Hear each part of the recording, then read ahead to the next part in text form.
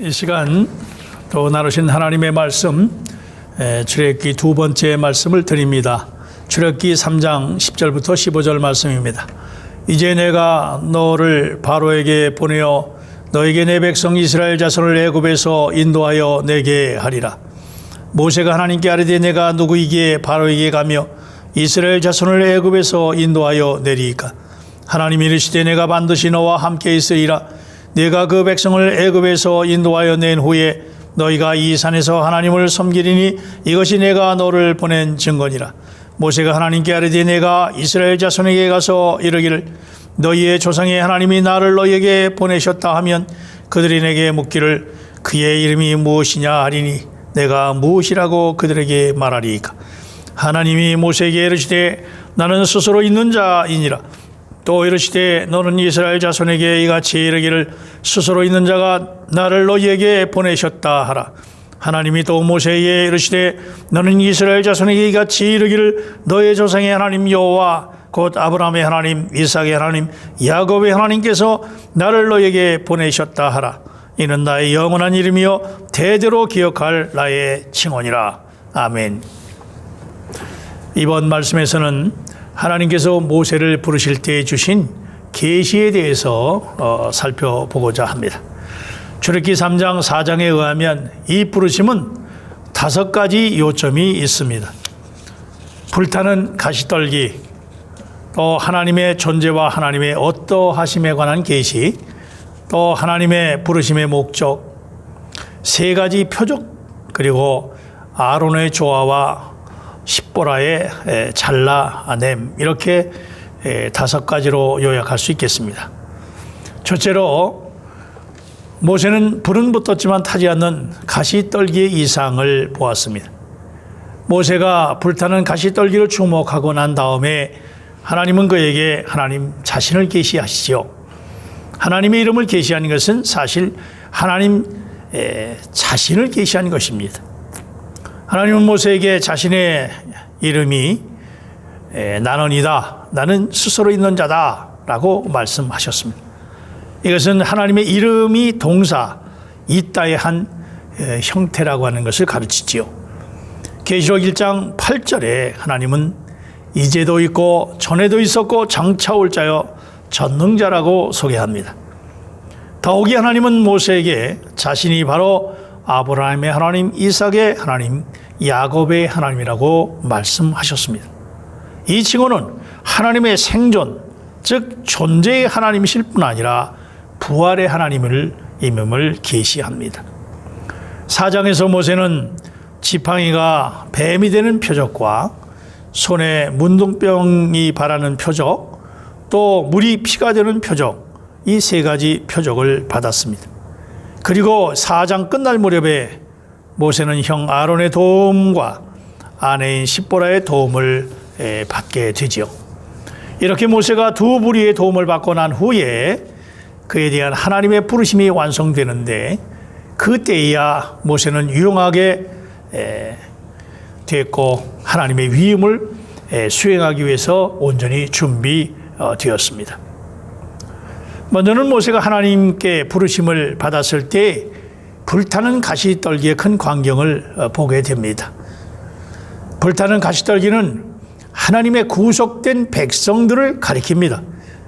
한때 우리는 창세기 3장에서 저주 아래 있는 가시들을 이었습니다. 그러나 출애굽기 3장에서 우리는 구속된 가시떨기입니다. 이제 하나님은 우리 안에서와 우리 위에서 불타고 계십니다.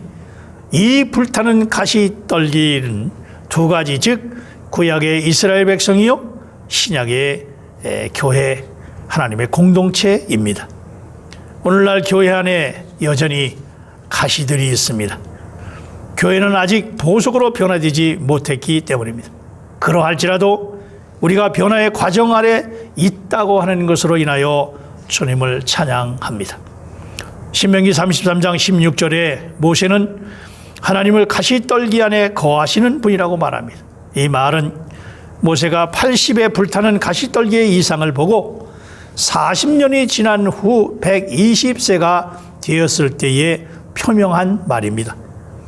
성막이 건축되고 하나님이 그 안에 거주하러 들어오신 후에도 모세는 그 이상을 결코 잊어버리지 않았습니다. 아마 우리는 새 예루살렘에 있을 때조차도 우리가 한때 가시떨기였다고 하는 것을 회상하게 될 것입니다. 출애굽기 3장부터 계시록 21장에 이르기까지 모든 길에서 하나님의 거처에 관한 노선을 추적할 수 있습니다. 하나님의 궁극적인 목적은 하나의 거처를 얻는 것입니다. 창세기에서 베델에 있는 하나님의 집에 관한 계시를 갖습니다. 그러나 하나님의 집의 실제적인 건축은 갖지를 못했습니다. 출애굽기 시작에서 하나님은 가시떨기 안에 거하셨지만 출애굽기 끝에서 하나님은 성막 안에 거하십니다. 그러므로 법궤가 있는 성막은 이스라엘 백성들이 역사의 초점이 되었고 결국 성막은 성전으로 확장되었습니다. 성막은 변화의 일례입니다.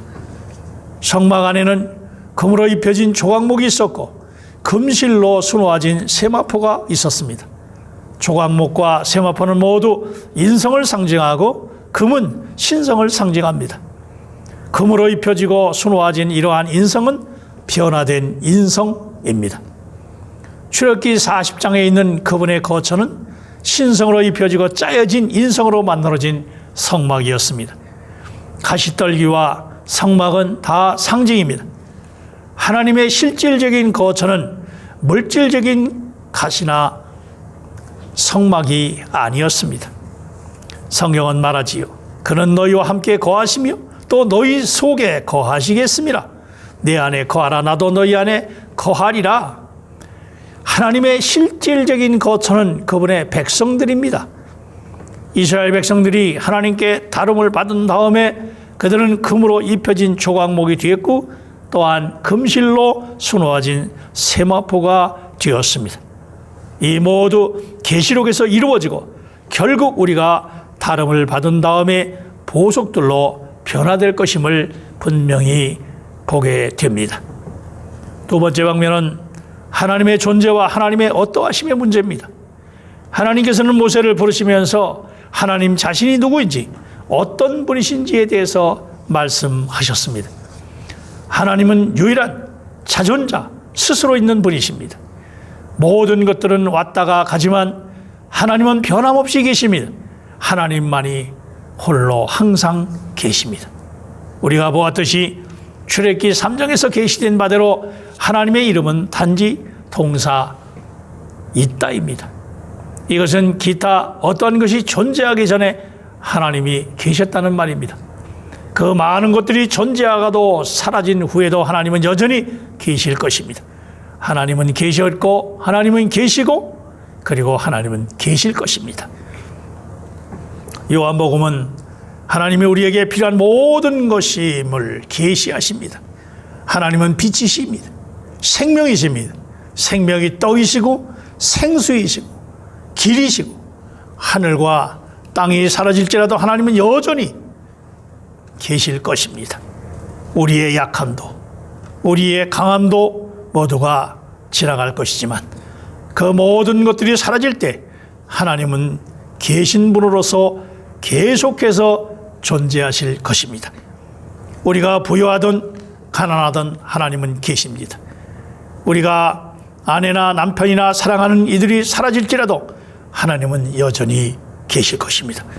하나님을 존재하시는 분으로 우리가 안다면 우리는 특별히 어려운 때에 큰 위로를 받을 것입니다. 많은 그리스도인들은 하나님을 전능한 분으로 알고 있지만 출애굽기 3장에서 모세에게 계시된 분은 이러한 방면의 하나님이 아니십니다. 출애굽기 3장에서 하나님은 오히려 여기에 계시는 존재하는 분이신 하나님에 관한 것입니다. 하나님이 계시다고 말하는 것은 오히려 충분합니다. 하나님이 지금 여기 계십니다. 가시떨기 같은 나에게 지금도 불타고 계시다는 것입니다. 하나님은 전능하시지만 그분은 우리를 위해 무엇인가를 할 수 있거나 전능한 분으로 나타나지 않을 수도 있습니다. 바울은 그의 사역 초기에 많은 사람들을 치료했습니다. 심지어 그와 접촉했던 손수건조차도 다른 사람들을 치료할 수 있었다고 사도행전 19장에 말씀합니다. 그러나 바울 사역 후기에는 치료한 능력을 그렇게 많이 체험하지 못했습니다. 아들처럼 여기던 사랑하는 디모데가 병들었을 때에도 그의 위병과 자주 나는 허약함을 위해 포도주를 조금 쓰라고 말할 수 있을 뿐이었습니다. 더욱이 바울은 로마에 투옥되었을 때에 베드로에게 하셨던 것처럼 감옥문을 흔들어 열어달라고 구하지도 않았습니다. 하나님은 전능하신 분이시지만 바울은 그가 순교할 때가 임박했을 때에 하나님은 전능한 분이 아닌 존재하는 분임을 알았습니다. 이것이 바울에게 위로였고 활력의 근원이었습니다. 바울은 하나님을 자신을 옥으로부터 구출하실 분으로서가 아닌 영존하신 분, 즉 이제도 계시고 항상 계실 분으로 알고 믿었습니다. 하나님이 겉으로 보기에는 우리를 위해 아무것도 하지 않으실 때에도 우리는 여전히 그분을 존재하는 분으로 믿어야 합니다. 어떠한 환경, 상황에서도 하나님은 존재하십니다. 우리는 또한 하나님을, 부활의 하나님을 믿어야 합니다. 다시 말하면 하나님을 아브라함의 하나님, 이삭의 하나님, 야곱의 하나님으로 믿는 것입니다. 하나님이 바울을 옥으로부터 끌어내지 않았다 할지라도 바울은 그가 순교한 후에 하나님이 그를 부활시키러 오실 것이라고 하는 것을 알았습니다. 순교하기 전에 바울은 하나님을 존재하는 하나님으로 누렸고 그 후에 바울은 하나님을 부활의 하나님으로 누렸다는 말입니다. 그래서 바울은 내게 사는 것이 그리스도니 죽는 것도 유익함이라고 고백할 수 있었습니다. 또한 디모데 후서에서 보면 나는 선한 싸움을 싸우고 나의 달려갈 길을 마치고 믿음을 지켰으니 이제후로는 나를 위하여 의의 면류관을 예비되었으므로 주 곧 의로우신 재판장이 그날에 내게 주실 것이며 내게만 아니라 주의 나타나심을 사모하는 모든 자에게니라고 선포할 수 있었습니다. 우리는 하나님을 단지 그분의 기적적인 행위에 따라 알려고 해서는 안 됩니다. 사실 우리는 기적들을 기대하지 말아야 합니다. 단지 하나님을, 그분이 하시는 어떠한 일에 따라 하나님을 알지 말고 그분의 존재의 어떠하심을 따라 그분을 알아야 합니다. 하나님께서 우리를 위해 무언가를 하시거나 안 하시거나 의미가 없습니다. 환경은 급격히 변할지라도 하나님은 여전하시고 모든 것은 파도처럼 흔들릴지라도 하나님은 영원하십니다. 그리고 더 나아가 모든 사망의 상황은 우리의 체험 안에서 그분에게 부활의 하나님이 될 수 있는 기회를 제공하고 있다는 말입니다. 지금 우리의 상황이 어떠한 상황입니까? 사망의 상황, 그야말로 극한 상황이라 할지라도 부활의 하나님이 될 수 있다고 하는 것을 우리는 믿어야 합니다. 또한 불타는 가시 떨기 이상을 보고 하나님의 존재와 하나님의 어떠하심을 깨달아 안 후에도 우리는 여전히 세 가지 표적들이 필요하지요. 첫 번째 표적은 지팡이가 뱀이 되는 표적입니다. 창세기 3장에서 아담과 하와에게 독을 주입한 간교한 뱀은 출애굽기 4장에서 드러났습니다. 이 표적은 우리로 하여금 마귀를 알도록 돕습니다. 이것은 하나님을 떠나서 우리가 의지하는 모든 것이 뱀이 숨을 수 있는 장소라는 것을 가리킵니다. 우리가 무언가를 의지할 때마다 거기에 사탄이 숨어 있으면서 우리를 넘어뜨리려고 물려고 기회를 엿보고 있음을 기억해야 합니다. 모세는 자기가 의지하던 지팡이를 땅에 던지라고 하나님께서 말씀하실 때까지 그것을 깨닫지 못했고 그것을 땅에 던졌을 때 비로소 감추어졌던 뱀이 드러났습니다. 두 번째 표적은 손에 문둥병이 바란 표적이지요. 이 표적은 죄의 육신을 알게 하기 위한 것입니다. 이것은 우리에게 죄가 있을 뿐 아니라 우리가 죄 자체라는 것을 알려주기 위해서 손을 품에 넣어보라고 말씀하신 것입니다. 부르심을 받은 자마다 자신의 육신이 죄의 육신이며 자신 안에 선한 것이 아무것도 거하지 않는다고 하는 것을 주관적으로 알아야 합니다. 그것이 로마서 7장의 바울의 한탄이기도 합니다. 우리의 육신은 죄와 부패와 타락의 구성체입니다. 더 나아가 부르심을 받은 자는 세상의 사망으로 가득 차다는 것을 깨달아야 합니다. 이것은 물이 피가 되는 표적이 세 번째 표적에서 계시됩니다. 세상의 공국과 오라가부터 나오는 세상 사람들에 대한 누림은 애굽 땅을 적시는 나일강으로 상징이 되었습니다.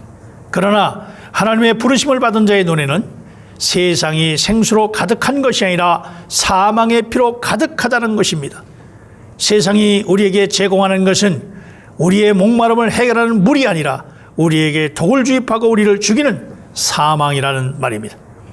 하나님의 부르심을 받은 자들인 우리는 마귀와 육체와 세상을 알아야 합니다. 바울에게는 이러한 삼중 지식이 있었습니다. 사탄에 관해서 바울은 고린도 후서 2장 11절에 우리는 그 계책을 알지 못하는 바가 아니로다 라고 말합니다. 또한 육체에 대해서는 내 속에 내 육신에 선한 것이 거하지 아니하는 줄을 아노니 로마서 7장에 말합니다. 또한 세상에 대해서는 세상이 나를 대하여 십자가에 못 박히고 내가 또한 세상에 대하여 그러하노라고 갈라디아서 6장에 말합니다. 결론적으로 말씀드립니다. 출애굽기 3장과 4장에 있는 하나님의 부르심의 방면들과 신약을 기록해 비교해 볼 때 모세가 체험한 모든 것을 바울도 역시 체험했음을 봅니다. 더 나아가 이 모든 것들은 오늘날 우리의 체험이 되어야 합니다. 우리는 불타는 가시떨기의 이상, 즉 그분의 구속된 자들 안에서와 위에서 불타시는 삼일체 하나님의 이상을 보아야 합니다. 이것이 성경에 있는 신성한 계시의 초점입니다.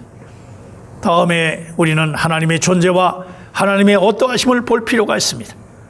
또한 우리가 마귀와 육체와 세상을 알고 모세가 아론과 함께 동역했듯이 형제와 함께 조화를 이루고 우리의 천연적인 생명에 대한 할례를 주관적으로 체험한다면 우리는 부활 생명에 의해 살게 될 것이고 하나님의 위임을 수행할 수 있도록 예비될 것입니다. 하나님의 구속사의 일을 수행할 수 있도록 예비될 것입니다.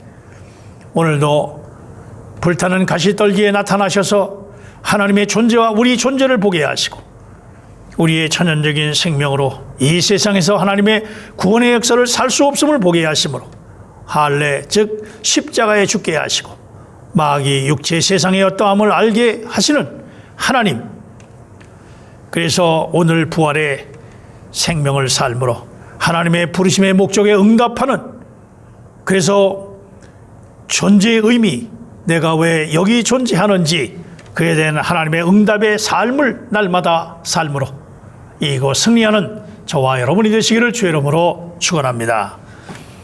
사랑과 은혜가 충만하신 아버지 하나님, 은혜를 감사합니다. 우리의 어떠함을 바로 알아서 하나님의 예비하심을 따라 이 땅에서 진정 하나님 앞에 거룩함을 살아감으로 이기는 자가 다 뒤를 질 수 있도록, 이 환경과 상황은 너무나도 어렵지만 하나님의 존재 그 자체만으로 우리와 지금 불타고 있음을 봄으로 승리의 삶을 살아갈 수 있도록 하나님이여 축복하여 주시옵소서. 예수님의 이름으로 기도합나이다. 아멘.